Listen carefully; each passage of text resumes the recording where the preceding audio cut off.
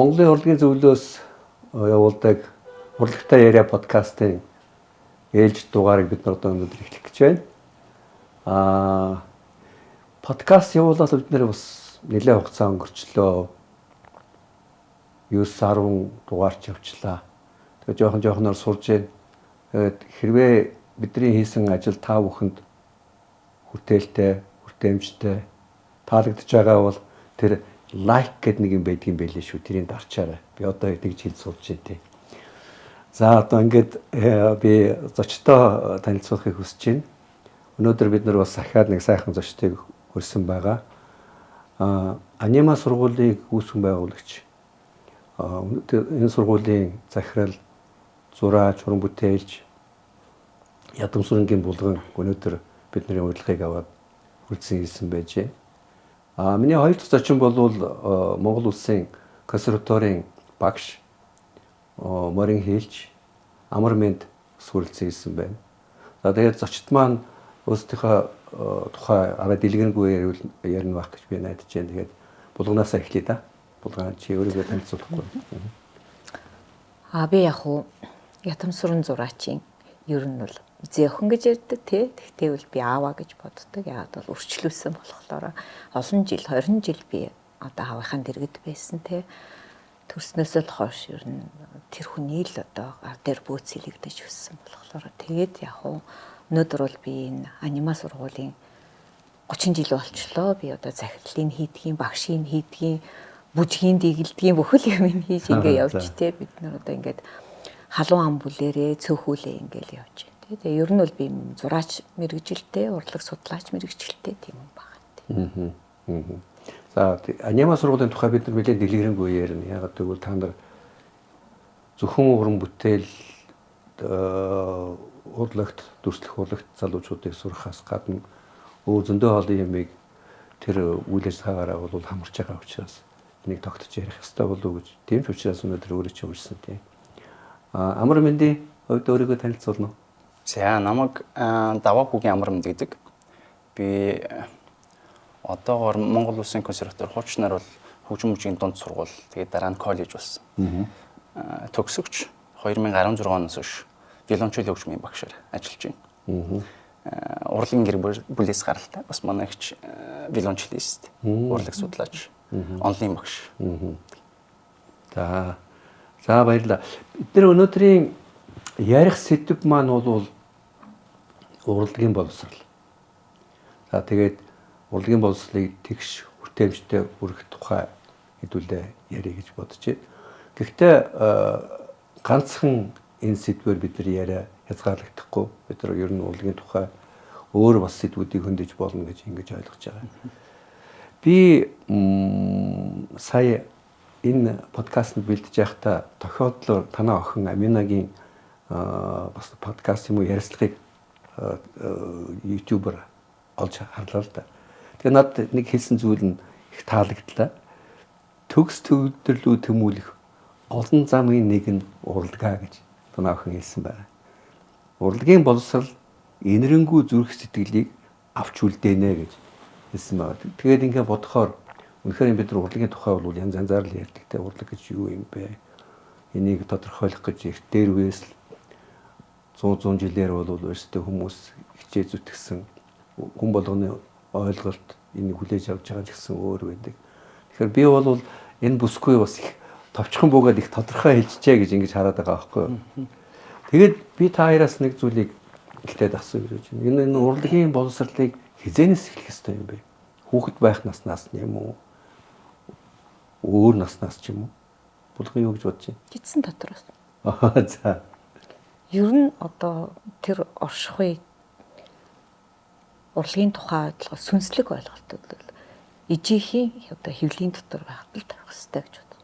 Хөгжим сонсуулах, зураг зурах, дотортой ярилцах, тэр дотоод тэр одоо юу гэдгийг ямар нэгэн одоо хөгжмийн бид нар юм давтамж, vibration гэж яддаг вибрац бол энэ хүүхэд бол сонсдог болохоор хүүхэд мэдэрдэг болохоор тэндээс л урлагийн чим ер нь альва хэрвээ бид нар одоо энэ ертөнцид боловсрал гэж ярих юм бол тэндээс л эхлэх хэрэгтэй. Миний ойлголт тийм. Гэхдээ хөгжмийн боловсролд оройтно гэж байх уу? Гэхдээ ер нь яг хоо миний бодлоор ер нь юунд ч оройтно гэж ойлголт байдаггүй. Тухайн үед бол би одоо маш хожуу зураг эхэлчихсэн хүмүүс байдаг. Маш хожуу тэр байтгаа хөгжим бичиж өөртөө ингээд те зориулж яг магадгүй тайзан дээр харах оройтсон байж магадгүй те. Тэгтээ ер нь өөртөө хобби маягаар ч юм уу эсвэл өөрийгөө баярлуулах хүмүүсийг баясгахад бол оройтно гэж ойлголт бол байхгүй. Би сонсоод их баяртай. Яг гэвэл шүү дээ бид нар боловсролын тухай ярихаар дандаа хүүхэд наснаас нь залуучуудын тухай яриад байдаг шүү дээ. Гэтэл хүмүүс бол ингээд нас тогтоод бүр тэтгэвртэй гараад цаг завтай болоод өөрийнхөө хизээч амжаагүй хийх хүсэлэн байсан боловч амьдралын одоо нөхцлөөс болоод хийж чадаагүй юмудаа яг тэр насан дээр ирээд хийх бас шинэ үе нэгддэг штеп. Тэгэхээр энэ бол би бас энийг сонсож байгаа ахмад хүмүүст бол бас хэлмээр байна. Ер нь орооч түн шүү юм боловсролыг бол шүү дээ. Хизэнээс ч болоод эхлүүлж бодгийн шүү гэдгийг сайн манай булган их сайхан хэллээ. Энийг ч гэсэн би бас их дэмжиж байна. Амар минь чи тухай юу гэж боддог вэ? Би тантай санал нэг байна. Яг ихийнхаа хэвлэлд байхдаа л ерөнхийдөө яадаг хамгийн анх одоо дуу аванаас тий тэрийг болдог баг. Гэхдээ одоо нэг магадгүй жоохон ялгаатай зүйл нөгөө хэрэгцээнээс хамаарах байх л та. Одоо жишээлбэл яг мэрэгжлийн төгөлдөр хуурч, пианист эсвэл хийлч, виолончелист болъё гэх юм бол тодорхой тийм юу байна, хугацаа байна. Одоо ийм насн дээр ерөнхийдөө ийм програм, ийм хөтөлбөр зайлшгүй байх шаардлагатай гэдэг тийм. Нөгөө талаас ерөөсөө оройтхгүй гэдэг нь үнэлдэ яхахгүй нь. Одоо жишээл бидний судалдаг хөгжмийн зохиолчд хүртэл байна. Одоо бидний хамгийн сайн мэдих Чайковский хуульч мэрэгчлэлтэй ч юм уу тийм. Мусорский хиймч. Тэгээ одоо яг тантай оролцож болохоор би их маш азтай байна. Дээрээс нь одоо Мусорский гэдээ ярих юм бол уран зургийн үзэсгэлэн гэдэг хамгийн алдартай зохиол байдаг. Тэр бол яг юуг уран зургийг хөгжмөөр дамжуулж байгаа ч. Тэгээ хиймч хүн. Тэгэхээр ямар нэгэн тийм баннер байхгүй. Гэхдээ энэ чиглэлээс хамаарах баг. Одоо яг виолончелээр сурах гэж байгаа ялангуяа миний мэрэгчлэр сурах гэж байгаа юм бол 16-тад тодорхой хэмжээний репертуар судалж үзээг бол тэр жоохон мэрэгжлийн төвшнгөөс арай өөр бол хэрэгцээ. Тэгснээс яг өөрийнхөө хувь хүн талаас бол тэр хизээч яахгүй л дээ оройтхгүй. Одоо сэтгэлийн доторх зүйлээ нээгч юм эсвэл өөрийгөө олоход бол тэр хизээч оройтхгүй. Гэж би яг та хоёрын хэлж байгаа юм бүр нарийн тодруулаад хэлэх юм бол энэ чинь мэрэгжлийн тамирчтай адилхан байхгүй хэвээ шүү дээ. Тийм бас тийм. Юу амжилтанд хүрье яг тэр чиглэлээр хүрье гэх юм бол их бага наснаасаа эхлээд тодорхой төвшөнд хүрчихэд тэгээд орхиж болно. Яг мэрэгжлийн хөгжимчин зураач гэдэг юм уу яг болдё гэх юм. За зураачаараа өрөөж магадгүй тий. Юу хөгжимчин сонгодог хөгжмөр яг гэх юм бол их бага наснаас л эхлэх ёстой юм байна. Гэхдээ хожим хойно хүн болов сураад одоо төгөлдөр хуурыг бол өстөтэй бүр хичээлүүд гарцсан байлээ шүү дээ. Тийм. Одоо ингээд чи яаж сурж болно. Тэгэхээр бол тэр одоо юугээр нь бол тэр сургалтын хөтөлбөрөөр явах юм бол өстөтэй хөгжим тоглож сурах бол хэзээ ч оройтгүй юм байлээ гэж би ойлгосон тий. Яг зөв тийм. Одоо Антони Хопкинс шүү дээ тий. Бас хөгжим зохиож байна, төгөлдрөө тоглож байна, зурж байна. Булган да баяр хүргэе. Анима сургууль сая 30 жил бол 30 жил тийм. Тэгэхээр сургуулийнхаа тухай яриаш танаа сургууль их онцгой сургууль гэж бид нар мэдж байгаа тийм. Ер нь манай сургууль бол анх байгууллагахдаа 94 онд байгууллагахдаа анима гэж нэрлэсэн. Тэгээ бид нар яагаад анима гэж нэрлэсэн гэхлээрээ латинаар сэтгэл сүнс гэсэн одоо утгатай байгаа. Тэгээ бид нар энэ сургуультай дандаа сүнслэг явъя, сэтгэлээрээ явъя гэсэн л гол зарчим байдаг, концепц. Тэгээд яг хөө мэдээж янз янзын насны хүүхдүүд, янз янзын насны хүмүүсийг сургая. Өнөөдөр ёстой сая өнөөдрийн ярьж байгаа урлагийн боловсрал эсвэл ер нь дотоод төр сэтгэлийг нь яаж нээж өгөх вэ гэсэн гол зорилготой явж байсан. Тэгээд анх мэдээж одоо тухайн үед энэ тусгай хэрэгцээ, төвжлийн бэрхшээл гэдэг нэг их яригддаггүй байсан. Харин ер нь 90 хэдэн он гэхэд бол мэдээж нин ядуу хүүхдүүд их яригддаг байсан.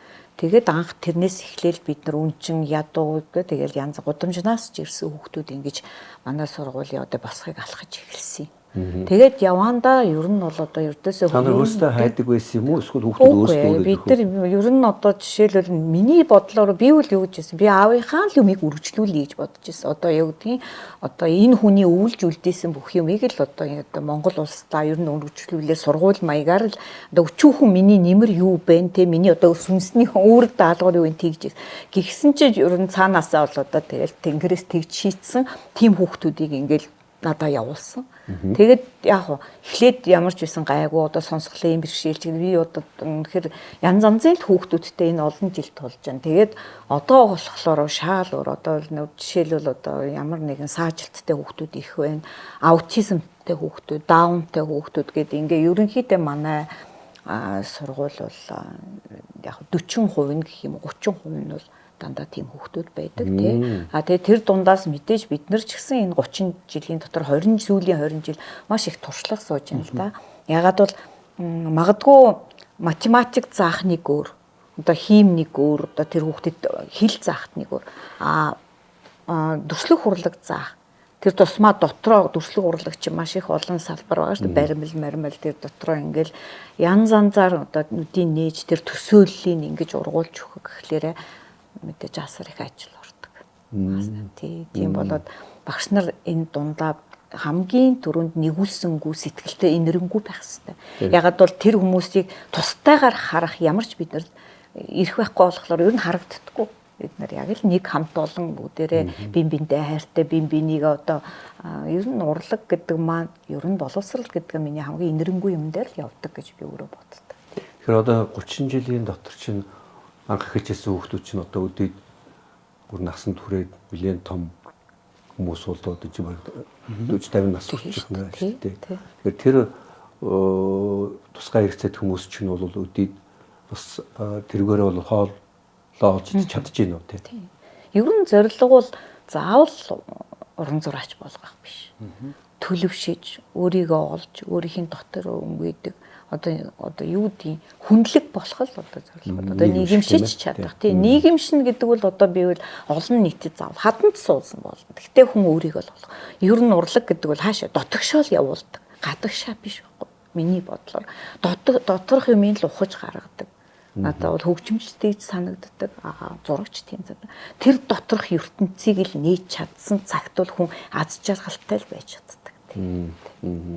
За гайхамшигтай би одоо нэгдүгээрт тануудын хийж байгаа энэ юмыг сонсоход үнэхээр биширчээ. Нөгөө тэгүр энэ бол их тийм амаргүй ажил шүү дээ тийм ээ. Энэ чинь бид нэр нийгэм маань бол ямар л нэлээд хатуу шүү дээ. Энэ дээр хүмүүс бие биендээ яаж ханддаг вэ? Зүгээр эрүүл саруул хүмүүс хүртэл биш дээ. Бид нар янз янзаар хандж яхад биднүүдээс арай өөр энэ тусгай хэрэгцээ одоо бол тэгж хэлдэг болчих. Тусгай хэрэгцээтэй хүмүүс гэдэг.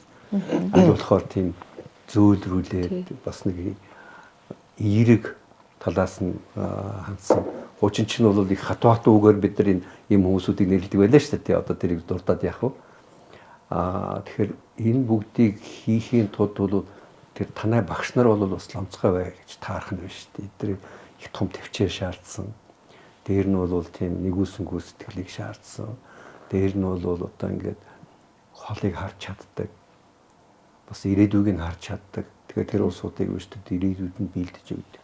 Гэхдээ зөвхөн одоо энэ тусгай хэрэгцээд хүмүүсээс гадна энгийн авьяастай залуучууд бол танаас сургуулиуд бас зөндөл байгаа. Нас хамаагүй манайх 60-тай хүмүүс сурж байсан, 70-тай хүмүүс одоо ч гэсэн 60-тай хүмүүс сурж байгаа. Нийгмийн статус хамаагүй одоо юу гэдгийг амжиргаагүй баян ядуу ердөөсөө хамаагүй. Бид нар холилдол нэг юм арал шиг нэг анима ертөнцтэй л байдаг. Тэгээ хамгийн жишээ би сая ярьжсэн багш нар.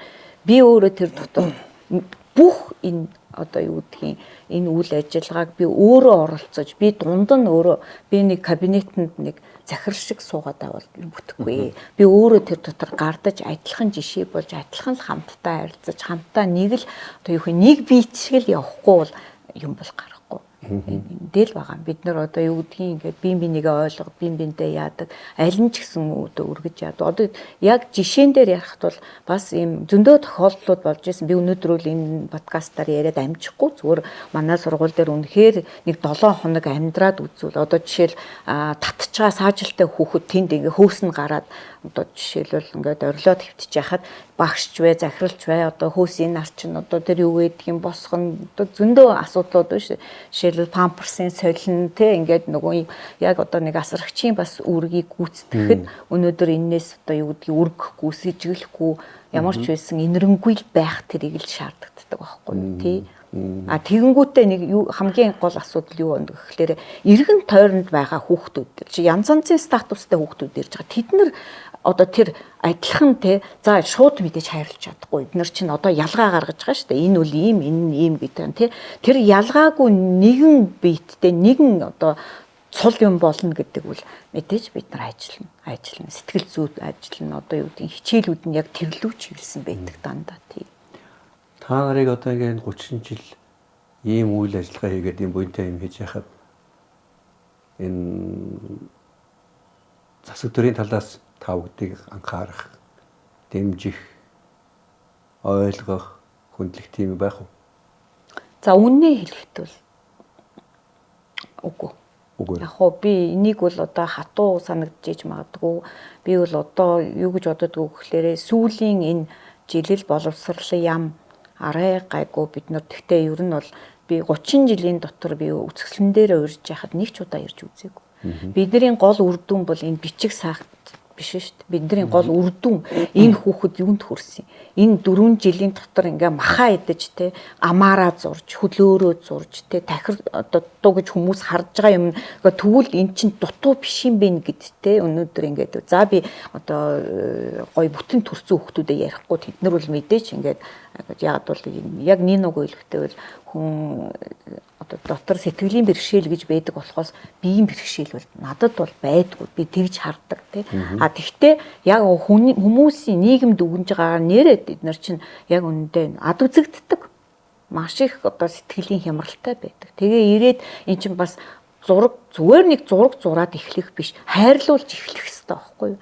Гэтэл тэднэрт чинь уур уцаар байна уу байна. Тэр байтга амиа хорлох бүр тэр хэмжээний амар одоо юу гэдэг депресстэй юу хийн гонигтэй явж идэг хүмүүс байгаа байхгүй. Тэгээ энэ олон жилийн дотор эднэрийг бүгдийг энээс нь гаргана гэхлээр бол мэдээж энэ бол одоо ажилд байдаг. Тэгээ мэдээж дэмжлэг сэтгэлийн дэмжлэг. Би бас мөнгө гэж ярмааргүй зүгээр сэтгэлийн дэмжлэг те энийг л одоо их л хардаг те. Тэгээд би ирнэ гэж итгэдэг. Бид нар энэ урлагтай яриа подкастын бас нэг гол зорилго бол ийм юм хийж байгаа уран бүтээлчдийг олон нийтэд хүргэх. Би түрүүн хэлжсэн бид нар энэ ч нэг олонний танил хүмүүсүүдийг тэр болгон хүрээд байдаг байхгүй. Хүн болгоны мэддэг өнөөдөр амжилттай явж байгаа тэд нар бол өөрсдөө өөр олон сууг байгаа. Тэднийг таних мэдэх. Бид нар шинээр гарч иж байгаа өөрхөн сайхан залуучуудыг аль болохоор таниулах. Дээр нь одоо ингээ өөрсгч ингээд ийм буянтай үйлийг урлагаар дамжуулж хийж байгаа хүмүүсүүдийг олон нийт бас мэдээсээ, олон түмэн мэдээсээ, ойлгоосоо, дэмжээсээ гэдэг энэ утгаар нь бол өөртөө хийх гэж оролдож байгаа байхгүй. Тэгэхээр бидний энэ удаагийн булгамтайгаа хийсэн энэ подкаст маань ямар нэгэн хэмжээгээр тэр хүмүүст энэ шийдвэр гаргадаг. Дээр нь бол ямар нэгэн хэмжээгээр бол дэмжиж болох хууц тийм хүмүүст хүрээсэй гэж би бас найдаж байна. Тэгээд хүрч байх гэж би бодож байна. Тэгээд дээр нь бол та нарыг бол өөртөө бүр хөдөлгөөний чинь хүлээж авахгүй байх гэдэг бол өөртөө бүр наандаж ярихад зүйл гэмтэрэг байхгүй. Чин тийм байж болохгүй тийм. Бид нар урлагийн боловсролын талаар манай урлагийн зүйл бол өөртөө 2002-4 оноос хойш ярьж эхэлж байгаа. Билээ идэвхтэйгээр. Яг мэдээж баян л ярьж байсан. Тэгээ 4 оноос хойш бол билээ одоо тийм тууштайгаар бүр бодлогоор ингэж ярьж эхэлж байгаа юм. Бид нар үндэсний телевизээр урлагийн сүлжээгээд бас тийм цуврал нэвтрүүлэг хийдэг байсан. Тэрийг бол манай энэ урлагийн зөвлөлийн анхны тэргүүн Жанцноров манай өдөртөх зүйлийн гишүүн, энэсгэл жуулгын гишүүн, хамтлагийн гишүүн Ганхуйг эдгээр бол хөтлөөд явуулж байсан. Сүүлдээ урлагтай яриа гээд бид нар одоо сонин хэвлэлийг ашиглаад, сайтуудыг ашиглаад ийм цуврал сэтгүүлчдийг, мэргэжлийн сэтгүүлчдийг хамтран ажиллаад энэ ажлыг бас явуулж байсан. Тэгээ энэ жилээс эхлээд бид нар энэ урлагтай яриа гэдгийг подкаст болгож байгаа. Тэгээ одоо ингээд хүмүүсийг ураад одоо шинэ технологиг ашиглаад дээр нь одоо сошиал ертөнц гэж бид нар үл тоомсорлж болохгүй нэг тийм ертөнц гараад ирлээ. Тэгэхээр тэнцээ бид нар бас ямар нэгэн хэмжээгээр орон зайгаа олох.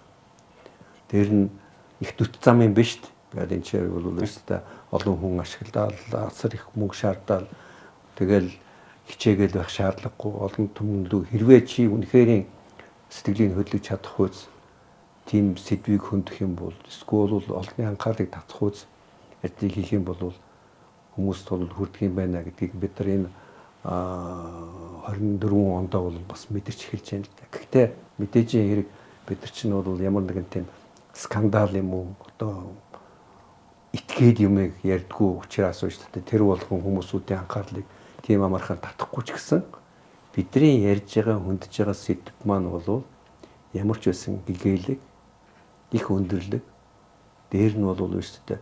Бүх хүмүүст хамааралтай тийм юм ярьж байгаа болохоор ямар нэгэн хэмжээгээр бол хүмүүст хүрж байгаа байх гэж бид нар хөвдөө найж. Тэгээд тэр ер нь үзүүлэлтүүд маш гэсэн хандлт гэдэг нь бол өөрөөсөө бас энийг нотлоод байгаа байхгүй. Тэгэхээр боловсралтай холбоотой манай амар мэнд бол коллежид буюу консерваторид хөгжим заахаасаа гадна энэ чиглэлээр бас өөрөө сайн дураараа зөндөө юм хийсэн хүн байдаг. Тэгэхээр тэр тухайга амар мэндэж нэг яриач. За би булган хичээл ярианаас тэр анима гэдэг тэр үг байна да тий. Энэ бас мэдээж манай мэрэгжил байдаг зүйл. Байхдаа мэдээж нөгөө хөгжмийн мэрэгжил учраас хөгжмийн зэмсэг дотор байдаг зүйл. Яг тэгээд ярахаар хүн болгон гаднаас нь хараад мэдэхгүй л дээ. Тэгээд та яг хэллээ шүү дээ. Энэ яхаарахгүй нэг бид нар нэгтэй нөгөө аливаа зүйлийг батлах гэж ярихгүй мэдээж. Гэхдээ яхаарахгүй энэ холбогдож байгаа зүйл хөгжмийн дотор уртлын хэсэгт нь одоо цар гэж ярьдаг шүү дээ. Хөгжмийн царын дуугаралт гарч байгаа хэсгийн яг хажуухан талд ийм хэмжээний мод байдаг. Тэр бол яг анима, италиар бол яг анима гэж хэлдэг. Тэр яхаарахгүй нөгөө дотоод хамгийн чухал зүйл нь одоо сүнс юм да одоо сэтгэл төр. Тэгээд бид нэр одоо юу ярих гэж юм гэхээр манай мэрэгжил болохоор яхаарахгүй оюун санаанд байгаа зүйлийг өөр биетээр дамжуулж гаргадаг зүйл. Мэдээж нөгөө яг хөгжмийн зэмсгэрэ гэж. Тэгэхээр мэдээж тэрийг тодорхой хугацаанд тэр хөгжмийн зэмсгээ газар зүүн барилаар ч гэсэн бие махбодын ч гэсэн сайн яг өөрийнхөө биешээ мэдэрсний дараа яг энэ өндөр төвшний уран бүтээл гаргаж чадна гэсэн үг. Тэгээд энэ хөгжмийн зэмсгийг эвдэрхээр анима эвдэрхээр ерөнхийдөө засварладаг хүмүүс байдаг. Энэ дэр одоо би дахиад манад зайшгүй шаардлагатай байгаа боловсон хүчин ярих гэж байна. Хөгжмийн зэмсэг гэхээр яхаарахгүй манад тодорхой хэмжээний яг нэг өөрийнхөө сэтгэлийг төгдрөлгүй гаргах зайшгүй хэрэгтэй болдог. Тэгэхээр төгөлдөр хуурч бай, хийлч бай, вилонч бай. Тэр нэг гайгүй хөгжмөнтэй байж гаргана. Тэгэд нэг удаа эвдэрэхэд одоо ялангуяа манах шиг юм дөрвөн эрс дээрс уур амьсгалтай дөрвөн үлрэлтэй юм газар бол нөгөө агаарын чигшил хуурайшлаас болоод эвдэрх их байдаг л да. Тэгэд энэ анима эвдэрэхээр ерөнхийдөө дахиж тэгж нөгөө өмнөгшгөө дууралт маш сайн засварч чангаар засуулахгүй, доктороор засуулахгүй бол ер нь бол тэр өмнөх дууралт алддаг. Яг тэр модоор хийдэг тэгээд амьд материал гэж ярьдаг те бид нар. Тийм байдаг. Тэгээд өөрөөр хэлэх юм бол хөгжмийн зэмсэг болгон тэр анима байна гэсэн үг те. Утас хөгжмөн дээр бол байдаг. Ялангуяа утас хөгжмөн дээр те. Тэр бол яхаарахгүй яг л тийм та түрүүн хэллээ шүү дээ. Тэр нөө хүний сэтгэлийн гүнд байдаг зүйл дотгошоо татдаг гэдэг тэр яг үнэ. Тэгээд яг трийг мэдрэхийг хүсэх юм бол мэдээж тэр хөгжмийн зэмсгээр дамжуулж гарч байгаа учраас тэр аним бол бүр зайлшгүй маш чухал зүйл.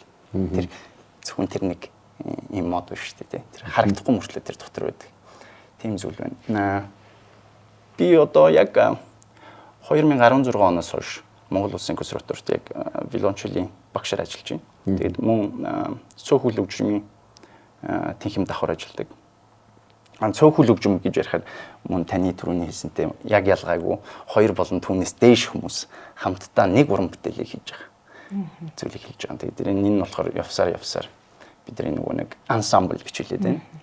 Тэгээд цаашлаад нөгөө утас хөгжмийн оркестр, тэгээд цаашлаад симфони оркестр болж байгаа. Тэгэхээр бас л мөн ялгаагүй ижилхэн байна. Тэгээд юуг нэг арай жоохон өөр өнцгөөс харах юм бол магадгүй Монгол Улсын консерватор бид нар нөгөө эсэлтийн шалгалт гэж нэг айхтар юм болдог шүү дээ. Энд одоо би таны нөгөө ярьсан зүйлтэй дөнгөж сая ярьсан учраас нэг ялгаатай зүйл нь юу байна? Шалгалт өгж за одоо энийг тэгж хэлвэл буруугаар ойлгож болохгүй. Элит гэдэг сонгогдмол те шалгалт өгөөд сонгогдож ордог тийм. Одоохонд болохоор яг манайда ганц байгаа сургууль нь мэрэгжлийн сургууль учраас тэгж шалгагдаж авч байна. Уг нь бол энэ боловсролыг яг хөтөлбөржүүлээд гэхдээ сүүлийн жилүүдэд маш ахицтай нөгөө сургалтын төвүүд нэгдэж байгаа учраас энэ сайн байна нэг талаас. Нөгөө талаас яг энэ консерваторт зааж байгаа хөтөлбөрөөр биш маа гэхэд ядаж хүн болгонд хүртээлтэй нэг арай өөр тусгай хөтөлбөрөөр хүн бүрийг биш юм гэхэд тодорхой нөгөө хувийн хамруулж чадвал үг нь яг мөн гэж л бидний энэ нийгэмд хүмүүсийн нийгэмших байдал тэгээд зан характерын хувьд ч гэсэн арай дэвшилттэй байж болох байх. Амар мэдээ чи тэгэхээр юу яасан штэ захын хорооллын хүүхдүүдэд одоо хөгжмийн урлагийн боловсрол олох одоо манай зарим нэгэн хөтөлбөрт хамтран ажилласан би нь бол өөрөө санаачлаад ажилласан юмнууд байгаа ш тэр тухайгаар дурдахгүй юу? Бид нэр юу яасан мэдээж нөгөө хүн болгон театрт очиж чадахгүй хүн болгон филармоны залан тоглолт үзэж чадахгүй тийм учраас урлагийн зөвлөлтөд хамтраад 2-3 сургуулаар лекц концерт хийсэн. Яаж хүлээж авч байна? Мэдээж гайхалтай. Тэгээд ер нь бол юу яахгүй л дээ. Хөгжим дургуун гэж ер нь байхгүй. Ер нь урлагт дургуун гэж байхгүй л дээ. Хамгийн гол нь манад дахиад бодох хэрэгтэй зүйл нөгөө тийм хүн болгон сонсоод байхгүй. Дээрээс нь яг сайхан акустиктэй мэргэжлийн танхим заал бас хүрэлцээ багтай. Тийм учраас магадгүй эндээс юу тэр санаа төрсөн байж магадгүй. Мэргэжлийн хөгжмийн холбоо гэд 2000 оны 10 би одоо яг сайн санахгүй байна. 11-2 онд байгуулагдсан. Одоо яг Монгол Улсын консерваторийн манай залуу багш нарын нэгдмэл байдлаас үсэлтэй. Тэгээд мэргэжлийн хөгжмийн холбооны тэргүүн нь болохоор Мөнхцвя гэдэг манай консерваторийн төгөлдөр орын багш байгаа. Тэгээд мэдээж би манай хамт олон бүгдээрээ хамтарч ажилладаг. Тэгээд бид нэр яг юуны хүрээндээ мэргэжлийн хөгжмийн холбооныхаа хүрээнд мэдэрхүй гээд Хагаан студидтэй нэг тийм цуврал кино бас хийсэн.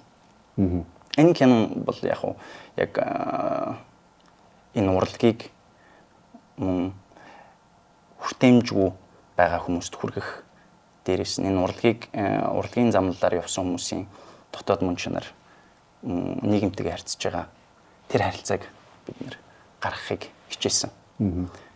Тэгээд яг энэ цуврал киноны хүрээнд гэр хорооллын хүүхдүүдэд годомжин тогсон тэм зүйл байна. Мөн ерөнхий боловсролын сургуулийн хүүхдүүдэд ч гэсэн мэрсэр тогсон юу байна. Одоохондоо бол хараахан яг тийм идэвхтэй энийг юу яасан зав арай болохгүй. Гэхдээ энийг өргөжлүүлэх маш их сонирхолтой байгаа. Тийм магадгүй танаа сургуультай бид нэр бас хамтдаа тий хөгжмийн юуны тэр талаас хамтарч ажиллахад бол тий. Түлхүүр хөгжим тэр синержи үүсэх бүрэн болцоотой шүү дээ. Тэгэхээр гагцхгүй уран бүтээлчид хамтарч ажиллах, хил амаа олцох, дээр нь сонирхолтой тэр огтлцох цэгээ олох хамгийн чухал байгаа байхгүй. Тэгэхээр тэрийг бол хийх усуд нь та нар шүү дээ. Энэ удаагийн манай энэ подкаст ч гэсэн нэг ийм боломжийг гаргах болов уу гэж би их найдаж байна. Тэгээ баярлалаа амар мэд. Энэ бол тийм амархан зүйл биш шүү дээ. Чиний нэр чинь амар гэж энэ үнэндээ бол тийм амархан биш. Ягаад гэвэл хөгжмийг ойлгодог хүмүүс ч би, ойлгодгүй хүмүүс ч би, дээр нь бол тэр шаагаад явцдаг одоо ингээд дээр нь сонгодог хөгжим бол нэг бодлын ойлгоход тийм амархан зүйл биш. Тодорхой хэмжээний бэлтгэл шаардна. Тэгээд улсууд бол шүү дээ нэг хол юм шиг бас боддог тийм. Яг өөрсдөө тэр захын хороолд нь явж очиод хүүхдүүдийн сонирхлын татаад тэгээд дээр нь эн чинь ийм юм шүү, тийм юм шүү гэдээ ингээд тайлбарлахаар их өөр реакц үүссэн байж л таараа гэж би бодож байна. Тэр нь чи бол Италид бас боловсрол олсон хөгжимчин гэж би сонссон. Тэгэхээр Италид бол тэр талаар одоо гудамжинд хүртэл тоглоод байж идэг шүү дээ тийм ээ. Тийм. Яхахгүй нөгөө ялангуяа сонгодог хөгжим дээр ярих юм бол тэгтээ бүх урлагийн л бараг л 60% нь Италид өсөлтэй гэж хэлж болно. Тийм. Тэгэхээр мэдээж яг таны хэлснээр тэгдэг. Тэгээ би Монголоос гадна 12 жил гадаадд би байсан. Оо за. Тийм. Америкт 2 жил байсан. Бусд нь бол бүгд яг Италид 10 жил ерөөхдөө. Мэргэжлэр ажилласан уу? Тийм. Сурсан, бас ажилласан. Тэгээд Венецид байсан 10 жил. Оо за. Тэгэхээр яхаар нөгөө опера буюу дөөр одоо сүүлийн үед дөөр маш их үзэж штэ хүмүүс тийм бүжинж. Тэндээс үсэлтэй бас тэг нөгөө байгаа газрынх нь өгөгдөл байна. Усаар дамжих каналууд байна тий. Тэгээ орой тэр бас юунууд биш штэ мэрэгжлийн хэллэгүүд нот дүүрнө, оройн хөгжим үүслүүд бол зөндөө байна л да. Тэгээ миний яг тоглож байгаа филончил хөгжим ч гэсэн, төгөлдөр хуурч гэсэн, хийлч гэсэн үсэлтэй. Тэр ерөнхийдөө маш азтай. Яг тэнд сурсан, мөн тэнд амьдарсан гэхээр тодорхой хугацаанд амьдарсан гэхээр хийх зүйл зөндөл байна л да. Тэгээд гайхамшигтай шүү дээ. Чи одоо манай залуучууд нэг хэсэг нь гадагшаа яваад боловсрал болоод мэрэгшээд дээр нь тэнцэнэ дадлагшаад зарим нэг нь бол тэнцээ сууршаад ингээ ирж яхад тодорхой нэг нь бол эргэж ирээд энчэнэ бид нартай олсон юмасаа хуваалцаад тэгээд хуваалцах төдийгүй хайр найргууд тараагаад бэлэглээд ингээд байна гэдэг бол гайхамшигтай. Тэгэхээр би бол энийг сонсоод их баярлж байд. Тэгээд ер нь боловсрол гэдэг бол хөрөнгө оруулалт шүү дээ. Яаж бодсон гэсэн. Тэгээд тэр улсуудад хөрөнгө оруулж ийн та нар бол тим юм хийж. Хөрөнгө оруулна гэдэг маань бол хүнийг өөрчлөнө гэсэн үг. Тэр хүнийг энэ нийгэмдээ байр суурь олоход нь бол мэдээж хэрэг их дэм болох нь бол гарцаагүй. Дээр нь өөрсдийнхөө нээх их чухал шүү дээ. Одоо хэдийгээр булганы хэлснээр бол урлаг хүмүүсүүдийг дотгошоо дотоод ертөнцтэйгээ илүү харьцуулдаг ч гэсэн урлаг бол бас ингэ нээлттэй байх замыг нээж өгдөг байхгүй. Гэтэ тэр хүссэн хүсээгүй чи тайсан дээр байна уу? Эсвэл бол хаа нэгэн газар шүү дээ. Олонний анхаарлыг татаад байж байгаа юм чи хүссэн хүсээгүй чи нээлттэй байх шаардлага гарч байгаа. Тэгээд тэрийг бол өөрсдөө хийж байгаа тэрэнд бол дэмжлэг үзүүлж байгаа. Таамуудын хийж байгаа үйл ажиллагаа бол их чухал юм аа гэж. Өөр нэг зүйл бол энэ хүн за яг одоо ингээд бүтэн төрсэн байж хахад бол нэг өөр хэрэг. Гэтэл өөртөө ингээд тэгш хүртээмж гэдэг бол өөртөө хүн болгонд бас тэр бол амархан олддог зүйл биш шүү дээ. Тэгэхээр тэрийг санаатайгаар хүртээх гээд өөртөө санаачлаг гаргаад ингээд явна гэдэг бол их том буян юм шүү гэдгийг би бас энэ удаа хэлмээр санагдаж байна. За тэгээ одоо бид нар бол боловсролын тухай, урлагийн боловсролын тухай ерөнхийдөө бол нэлээд ярьлаа. Тануудын уран бүтээлийн тухай ярих тхүү. Булгаа юу хийж байна, яаж байна, ямар сонирн байна танаа тэр хавар. Одоо би үзэсгэлэндээ бэлтэж байна. Ойролцоо 3 сард бол нэг том үзэсгэлэн гаргана гэсэн тийм төлөвлөгөөтэй байгаа. Эх жилийн. Тий 25 он гэдэг бол миний хувьд бол ийм шинэлэг өөрийнхөө нэг ийм шинэ ертөнцийг гаргах гад миний уран бүтээлийн одоо багасаал зурдаг байсан. Ерөнхийдөө өөрийгөө одоо нэг олох гэж ингэж яваал те явж байгаа. Олон үзэсгэлэн гаргасан. Би нийт бол 12 бие даасан үзэсгэлэн гаргасан байгаа. Тэгээд ер нь бол хамгийн сүүлд цүвүүн цаг 99 гэсэн үзэсгэлэнгээс хойш бол би зүгээр яг нэг тайлан үзэсгэлэн гаргачаад тэгээд нүгэл зарласан өдөр ба хар хэрээний чарлаан гэдэг үзэсгэлэн гаргах хэрэгтэй байсан чинь цаанаасаа намайг хорьсон. Энэ юу болсон мэдэхгүй. Тэгээд би тэр зургууд ч гэсэн өөрөө бүтээгүй. Тэгээд тэр нь яг коронатай таарчихсан. Тэгээд надад бол их гоё боломж байсан л да. Гэртээ суугаад бүтээлээ хийгээд юм бодоод бясалгаад одоо ингээд нэг юм шин үе эхлээд тэгээд одоо бол харин би шинэ уран бүтээлээ бол ерөнхийдөө нэлээд том үзэсгэлэн гаргах гэж төлөвлөсөн байгаа. Тэгээд энэ уран бүтээл дээр л ажиллаж байгаа гэдэг тий. За тэгвэл тэр бид нар тэр үзэсгэлийг чинь хүлээж. Та нар сая бас 30 жилийнхаа ойгоор том үзэсгэлэн гаргасан байлээ тийм ээ? Тий, манай 30 жилийн одоо тайлан үзэсгэлэн боллоо. Сая бол 300 ажил байгаа. Тэгээд мэдээж энэ 300 гаруй ажлыг багтаах галерей Монголд бол бас бүтээлэн байхгүй. Тийм болоод пассажийг сонгож аваад тэгээд дээд давхар, доод давхар бүхэл юунд дүүрсэн л дээ. Тий, тэгээд мэдээж манай бол төгсөгчдийн ч ажил байгаа. Одоо гараад уран бүтээл болцсон хүүхдүүдийн, залуучуудын ч ажил байгаа. Оюутнуудын ч ажил байгаа. Тэгээд одоо ганцхан бид нар бол уран зураг биш. Тэнд чинь баримал, сэлбэр, гобелен одоо бүхэл төрлийн юм байгаа. Тэгээд энэгээрээ бид нар одоо үзэсгэлэн маань бол ингээд бүтэн сайдруулалт ажиллана. Тэгээд 7 хоногийн хугацаатай тэгээд сонирхож үзээрэй. Тий манай тий хөгжмийн хүн бол одоо ямар нэгэн вибрацаараа нэгтэй нийлэх бах тий.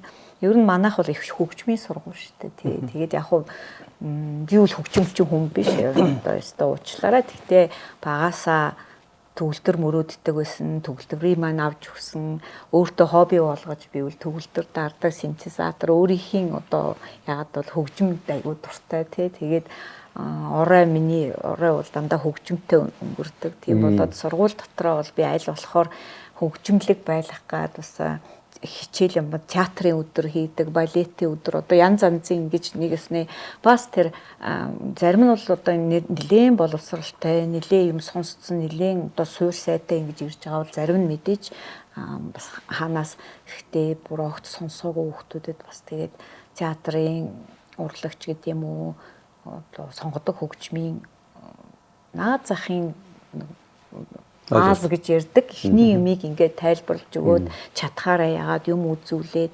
манайхан тэр байтгаа ингээд оперын өдөр гэдэг тий опера оперетийн өдөр юу байдгийг би бол бас яг хэлтэй болов. Ер нь бол энэ миний өссөн орчин өөрөө тийм болохоор би нөлөөлсөн манай гэрийнхэн бүгдээр ийм сонирхдаг яадаг. Тэгээ жоохон ингээд тайлбарлаад өөрхийн тэр жижиг юм тийм хөрхэн ярилцлага хийгээд хүмүүсийг үзүүлээд ингээд яхалаар хүүхдүүд их гоё нэгдэж эхэлдэг. Яг л тэдний дотор бүгд бүх юм байдаг тий тэр ингээд явдаг тэр чавхтас тэгээд тэр нарийн юм яхалаараа хамгийн гол нь тэр хөдөлгөхлөөрөө одоо жишээлбэл тэр хүн үстэй дуу чи юм байдаг юм опера гэдэг чи юм байдаг юм бүр ердөөс ойлгодоггүй байсан тэрийг зурган дээр хэрэгжүүлж хэлдэг. Одоо зураг хөгжим хоёр ингээд гоё нийлбэр бүжгэлдэг баггүй юу тий тэр нь их гоё тий тийм болохоор би их баярлж байна манайх дээр тийм юм бол маш их олон хүүхдүүд сонирхон тий бид нар ингэж хамтарч ажиллаад яах юм бол тий гоё виолончель гэдэг хөгжим их сони хөгжим. Яг хөө бидний одоо миний залуу зандын насанд бол хамгийн том даатартай хүмүүсүүд виолончелист Ростропович гэж байлаа шүү дээ тийм ээ. Тэгээ Ростропович юу гэ. Дараа намайг юу яаж яхад бол хожим нь бол би Йойомаг гэдэг даатартай Америкийн хятад гаралтай виолончелийн Йойомаг шүү дээ нэг сони юм байдаг шүү дээ. Морин хуур дадсуулсан. Манай энэ хонгор цултай цуг одоо уртын дуучин гавьяатай цуг морин хуур тоглоод дэлхийн хөл бөмбөгийн хор шалралт тэмцээний нээлтэн дээр нь тоглож исэн. санагдаж байна. Энэ Япон солонгосын тэр хамтарсан нэг хөлбөмбөгийн аварга болсон шүү дээ. Тэгээд Яямач нь бол манай хин Хонгор цулын дээр Нобелийн шагналтны концертанд хүртэл ингээд тоглоод ингээд яжсэн. Тэр бол бас л гайхамшигтай. Одоо шинэ цагийн виолончелистүүд чинь бүр шоуменууд болсон байна шүү дээ. Ингээд тэгээд нөгөө дуэт үүдэх шүү дээ. Юуны хоёр виолончелос тийм. Тучелос гэл ингээд гайхамшигтай том стадионуудыг цуглуулад одоо ингээд юу гэдэг болсон. Би сүүлийн үед анзаараад байгаа нь манай ч гэсэн чело бол үүстэй үндсэндээ виолончел, марин хил бас өөрийн гэсэн орон зайгаа илүү тодорхой болгоод ойлгогдоод харагдаад ууж харагддаггүй байсан шүү дээ. Тэгээ одоо харагдаж эхэлж шүү дээ. Тэгээд тэр талаар яриач. Одоо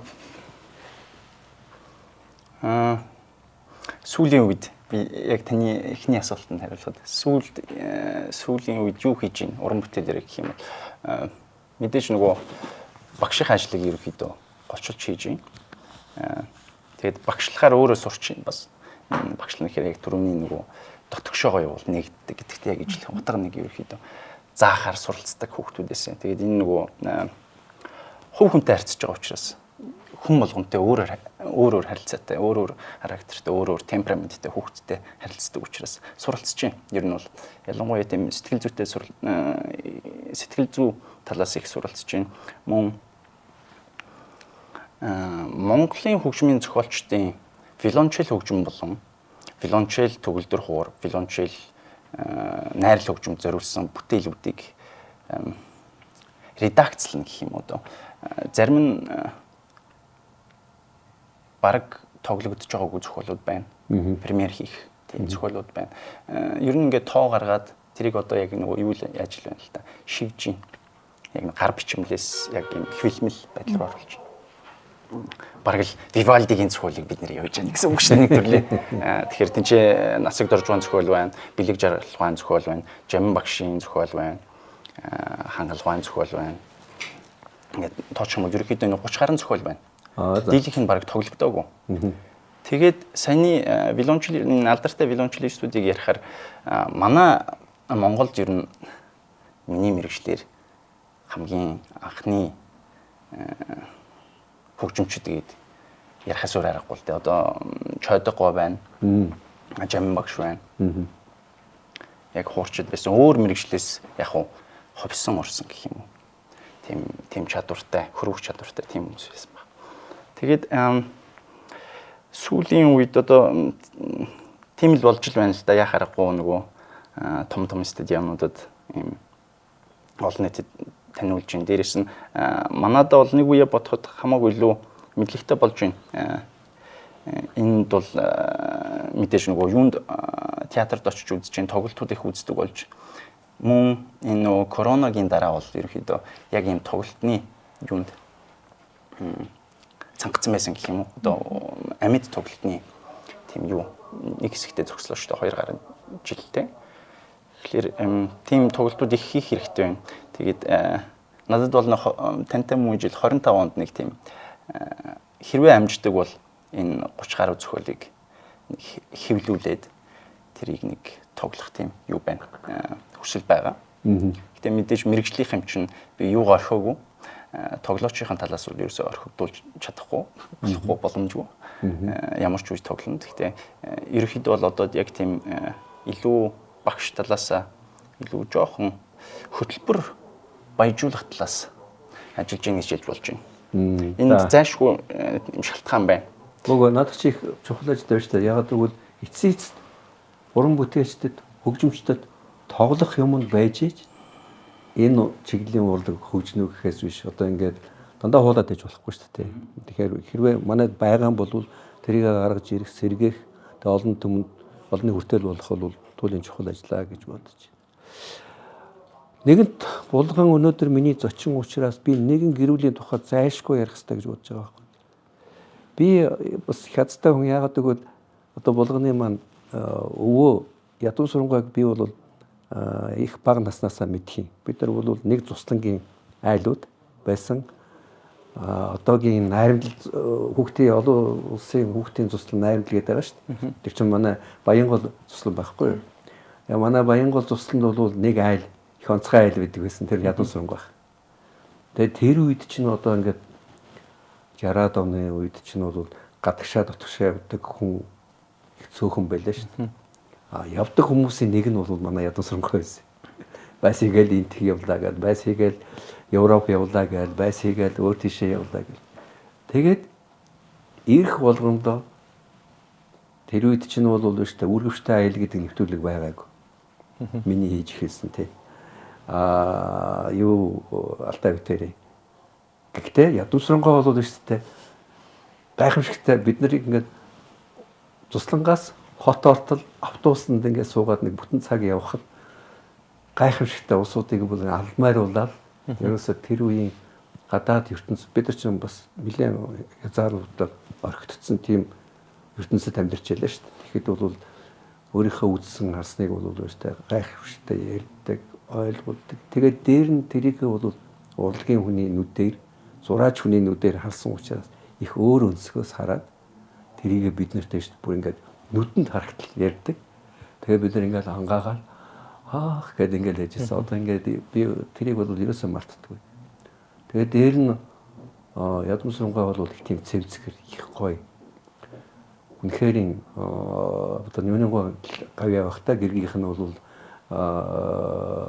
юу ач тусаар бол маний хүн бол тийм хангамж их гоё тростчг барина тийм нэг таяграхгүй мөртлөө таяг биш. Тэрийг ингээд барьж явдаг. Тэгээд ер нь бид нар одоо ингээ эргээ бодоод байхад би үлчний ахыг одоо заяа одоо ягч нарыг бол шүү дээ хүүхдүүд нь бас зураач нар тийм ээ. Одоо тэгээд энэ дараачийн үеийнх нь бол ингээ зураач нар. Одоо биний сонсноор чиний охин бас урлагтай холбоотой юм байна тийм. Урлаг судлаач. Урлаг судлаач гэдэг. Ингээд эднийхэн үе үеэрээ амжаад ингээ хүү бөмбөрчин. Тийм үү. За тэгээ ингээд урлагтай холбоотой, уран зурагтай шууд холбоотой. Тэр тухай маш товчхон яриач болгоо. Танайхан одоо яаж тий? Ер нь одоо ядамсран гэдэг гэр бүл бол бид нар би ч яг уу ингээд өстой 0 наснаасаа өвгийнхэн гар дээр бөмбөрцөн. Тэгээд би яг бид нар дээр үл өстой гэрэл гэгээ байсан. Яг бол хүмүүс бол дэрэгдэн байж үзээгүй хүмүүс бол манай аавыг мэдхгүй те яг үндэ хүмүүс мэддэг хүмүүс гэрэл цацардаг хүн байсан байхгүй. Тэмээ лам хүн байсан. Одоо хинч хөшгөө хаахал одоо оройны амьдрал гэдэг бол одоо судар төвд бичиг тэр бүхэл юмдаа зориулаад тэр одоо шажныхаа түүхийг ярина гэдэг би бол тийм юм төссөн. Тэгээд цуслан дээр яг найрамдал дээр бол нэг хорхой шавж ч гэсэн ишгүүлэхгүй, нэг цэцэгч тасдуулахгүй. Минийхөө доошоо тонгоогоод амьд одоо цэцгийг өнөртчихээ. Заавал тэрийг тасдаж яах юм гээл ингээд. Тэгээ тэр нь хизээж диктатураар юм уу ямар нэгэн одоо ширүүн хиллэгээр баг. Дандаа тийм үгөөс үг урсдаг байсан. Тэгээ урсаж биднийг юм тийм хайраар ингэж орой болгон адислна. Одоо яагаад бол тэр адис их чухал байсан. Яг бол бид нар хичээлдээ яваад ядарж гин гэж бодоод ингэж яхад зүгээр л ингээд сойхон гараа тавиал ингээд толгоон дээр ягаал минийхүү бүх юм болно, бүх юм бүтнэ гэж. Хичээлээ хийж чадаагүй хоо зүгээр минийхүү. Наадах чинь хийхт чинь ингээд тэгээд бид нар ч яг өсөхтэй үл ер нь бол тэр нэг юм надад бол одоо үлгэр шиг ч юм уу, ид шийдэх ч юм уу. Яг нэг хайрын ид шийд шиг санагддаг байхгүй. Тэгээд ингээд ер нь ертөнц юм л байдаг гэсэн тийм ойлголттой байсан. Тэгээд мэдээж бүгдээрээ уран бүтээлж өршнээ ахвал нэг юм их үрмөц тийм ээ. Айгу гал халуун тэгэл би дандаа гарыг хардаг байсан. Тэгээ мойног гарыг хараад би тийм гартай болох юмсан гэж боддог гэсэн. Тэгээ баг тийм болсон баг. Би нөгөө гоё гар харах биш. Энэ мойног гар нь юм хийдэг санагддаг байхгүй.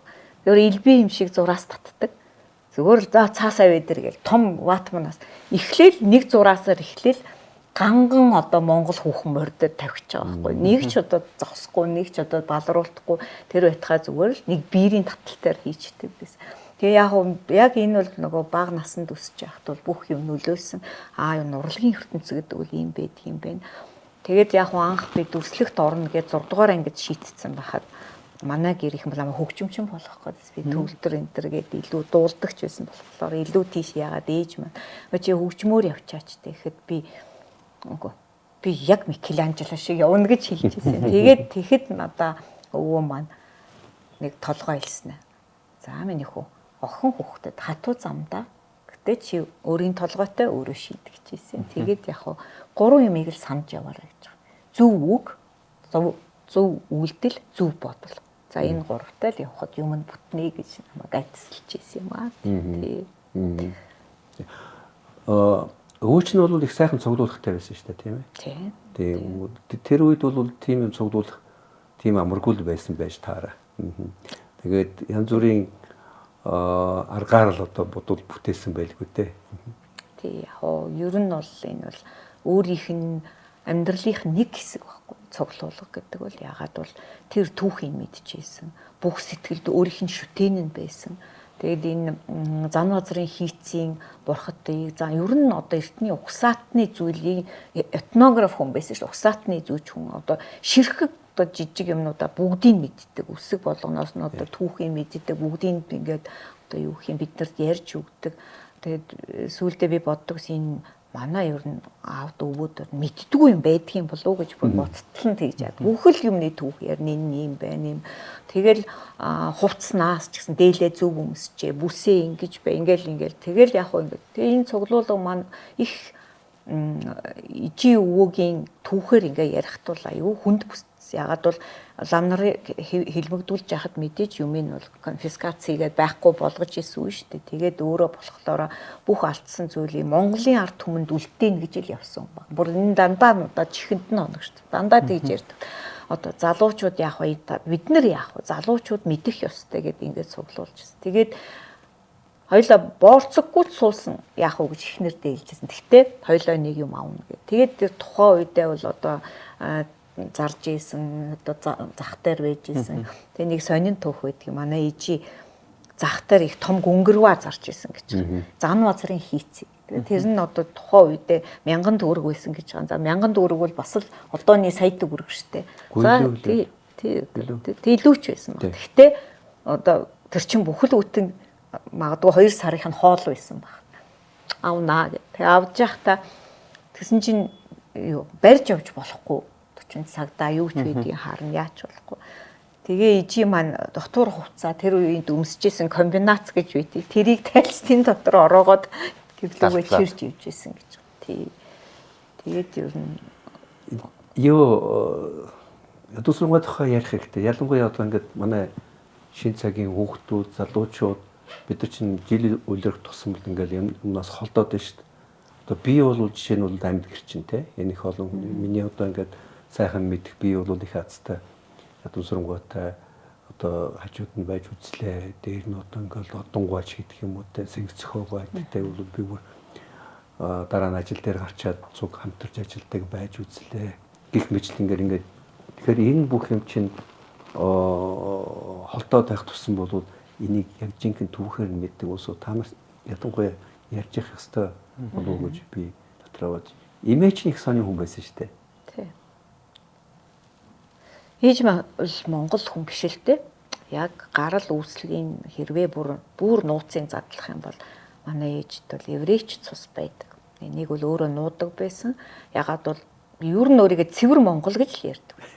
Бүр ингээд цус махандаа шингэсэн. Ямар сайн Европ зараатай цэвэр Монгол. Цэнхэр нүдтэй шүү дээ. Тэгээд саарл цэнхэр нүдтэй. Тэгээ 17 наснда л 18-аас өвөтэй нийлэхдээ л дээл өмссөн гэж байна.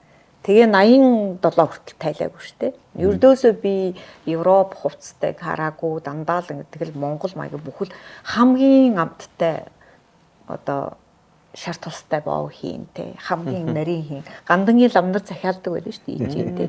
Тэгээд Монгол зээгт нам бол бүр агаас яавалтлан сурсан зээг хийж исэн. Одоо эсхий ер нь манай ижи бол бүх юм гараараа уралж исэн. Тэгээд яг хоо эндэл бас тэр хоёр чи их хөөрхөн шүү дээ. Оройдоо суугаад ээж бүх өдрийнхээ ажлыг дуусгаал тэр цэцэг суулгах ямар юм доо эмхтэй хүн ямар л юм хийн.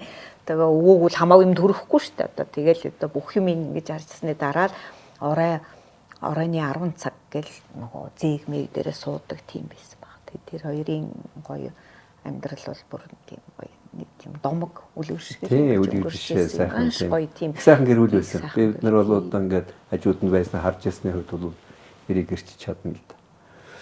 За тэгээд одоо өнөөдөр бид нар подкастнда их сайхан зочдыг урьж олцууллаа. Нэгдүгээрт ирсэнд баярлалаа. Нөгөөтэйгөр тануудын их бас уран бүтээлийн урт зам хүлээж байгаа учраас тэндээ амжилт гаргаарай гэж өрөөж байна. Тэгээд их ойрын төлөвлөгөөнүүдээс та нар яачлаа тэр бүгд чинь бүтээсэй гэж бодож байна. Анима сургууль бол одоо болон цаашаага энэ ажлаа үргэлжлүүлээд олонд буянтай хүртээлтэй сайхан ажлаа та нар улам эрчимтэй хийгээсэй гэж хүсхийн зэрэгцээ энийг мэдэх ёстой, дэмжих ёстой тэр хүмүүс байгууллагууд бас ямар нэгэн хэмжээгээр санг одоо хөрөнгө мөнгөөр биш юм аа гэхэд сэтгэлийн дэм үзүүлээсэй гэж би одоо бас ерөөх байна те. Амар мэндийн маань хувьд гэх юм бол бас л том ажил хүлээж. Эцэст бол бидний монголчуудын энэ том баялаг бол оюуны баялаг байхгүй. Энэ бүгдийг бол хэн хийдэг юм бэ гэхээр тэр болгон олонний өмнө гарч ирэл өөрийнхөө цэжээ балбаад байдгүй. Тэгсэн мөртлөө бол хийж чаддаг хүмүүс нь бол их үүрэгтэй. Тэдний нэг нь бол чи мөнөөс мөн. Тэгэхээр энэ ажилдаа бол амжилт гаргаарай гэж хүсэж байна. Тэр нь манай урлагийн зөвлөлийн ажлыг дэмжээрэй. Гишүүдийн уулзалт болгон дээр ирж сайхан хөгжмөөрөө бидний баясгадаг хүн бол манай амар мэд байж байгаа. За булган ч гэсэн манай урлагийн зөвлөлийн ажилд бас бид нар урьж яана оролцоорой гэж хүсэж байна.